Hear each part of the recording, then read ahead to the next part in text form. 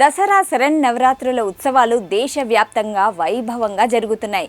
ఊరూరా అమ్మవార్ల మండపాలను ఏర్పాటు చేసి 9 రోజుల పాటు అత్యంత భక్తి శ్రద్ధలతో అమ్మోరును 9 రూపాల్లో కొలుస్తారు. ఇక అమ్మవారు ఆలయాల్లో ఈ శరన్నవరాత్రులను అంగరంగ వైభవంగా జరుపుతారు. ప్రతిరోజు అమ్మవారిని ప్రత్యేకమైన అలంకరణతో పూజించడం దసరా శరన్నవరాత్రుల ప్రత్యేకత. ఈ నవరాత్రులు ముగిసిన తర్వాత 10వ రోజున విజయానికి, ఐశ్వర్యానికి సూచికగా విజయదశమి పండుగను చేసుకోవడం జరుగుతుంది.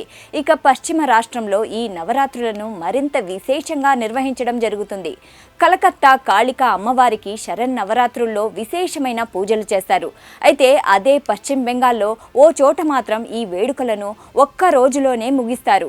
ఇలా శరన్నవరాత్రులను ఉత్సవ పూజలు ఒక్కరోజు మాత్రమే నిర్వహించడం అక్కడి ఆనవాయితీగా వస్తుందట. మరి ఈ అరుదైన సాంప్రదాయం గురించి తెలుసుకోవాలనుకుంటే కాళీకృష్ణ దేవాలయం ఆచార సాంప్రదాయాల కోసం తెలుసుకోవాల్సిందే.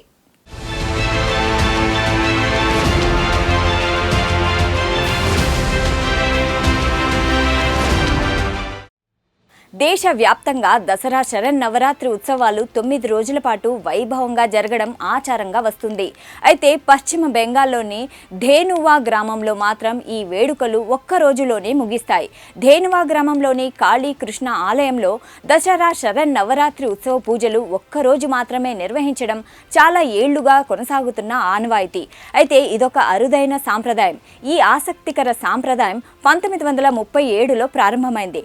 ధేనువా గ్రామంలో తేజానంద బ్రహ్మచారి అనే సన్యాసి దామోదర్ నదీ తీరాన కాళీకృష్ణ ఆశ్రమాన్ని నిర్మించారు. అనంతరం 1979లో అమ్మవారు ఆయనకు కలలో దర్శనమిచ్చారట. అప్పటి నుంచి మహాలయ అమావాస్య నాడే అమ్మవారికి సంబంధించిన సప్తమి, అష్టమి, నవమి, దశమి పూజలు అన్నింటినీ ఒక్క రోజులోనే నిర్వహించే సాంప్రదాయం ప్రారంభమైంది.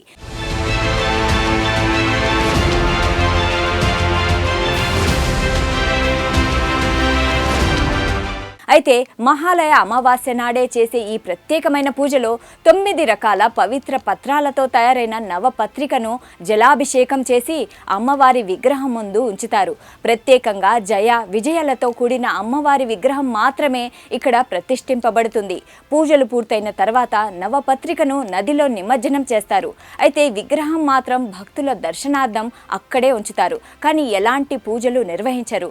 ఈ ప్రత్యేక ఉత్సవాన్ని చూడడానికి బండూడా, పురూలియా జిల్లాలతో పాటు ధేనువా గ్రామం చుట్టుపక్కల ప్రాంతాల నుంచి వేలాది మంది భక్తులు తరలివస్తారు.